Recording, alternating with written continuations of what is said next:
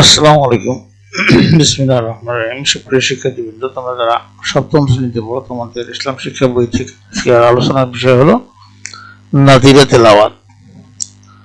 আল কোরআন তেলাওয়াতের সংক্ষিপ্ত ফজিলত হচ্ছে অত্যাধিক।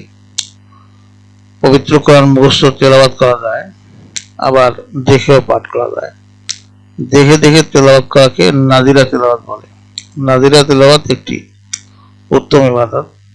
আল্লাহ তাআলা এই রূপ তেলাওয়াতকারীকে আখিরাতে অত্যাধিক সম্মান ও মর্যাদা দান করবেন। আমরাও বেশি বেশি কোরআন তেলাওয়াত করতে চেষ্টা করব। কোরআন তেলাওয়াতের আদব। আল কোরআন অত্যন্ত মর্যাদাবান গ্রন্থ, সুতরাং অত্যন্ত আদবের সাথে এই কিতাব তেলাওয়াত করা উচিত। আল কোরআন তেলাওয়াতের কতিপয় আদব নিচে দেওয়া হলো। ক হলো পূর্ণরূপে উযু করে পাক পবিত্র জায়গায় বসা। 2 হলো খ হলো পবিত্র কোরআনকে উঁচু কোনো কিছুর উপর রাখা।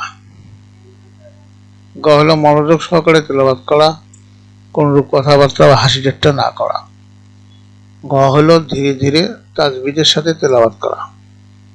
আর হলো আল্লাহ তাআলার সন্তুষ্টি লাভের জন্য তেলাওয়াত করা। প্রিয় শিক্ষার্থীবৃন্দ, তোমাদের শ্রেণীর কাজ হলো এই শ্রেণীতে নাদিরা তেলাওয়াত পাঠ হলো সূরা আল বাকারা প্রথম রুকু থেকে অষ্টম রুকু পর্যন্ত। শিক্ষক প্রথমে দেখে দেখে শুদ্ধ ও সুন্দররূপে আয়াতগুলো তেলাওয়াত করবেন। এই সময় শিক্ষার্থীরা মনোযোগ সহকারে শুনবে।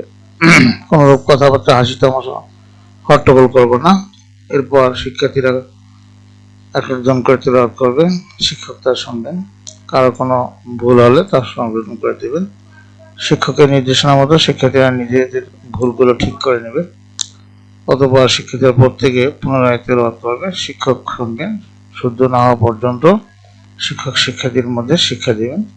এভাবে শিক্ষার্থীরা শুদ্ধভাবে তাজবিদ সহকারে কোরআন তেলাওয়াত শিখবে, অতঃপর বাড়িতে নিয়মিত তেলাওয়াতের অভ্যাস করবে। কেমন? পরবর্তী ক্লাসে আমরা পার্ট 6 সূরা আল আদিয়াত নিয়ে আলোচনা করব। তো তোমাদের সার্বিক মঙ্গল কামনা করে সেখানে বিদায় নিচ্ছি। খোদা হাফেজ।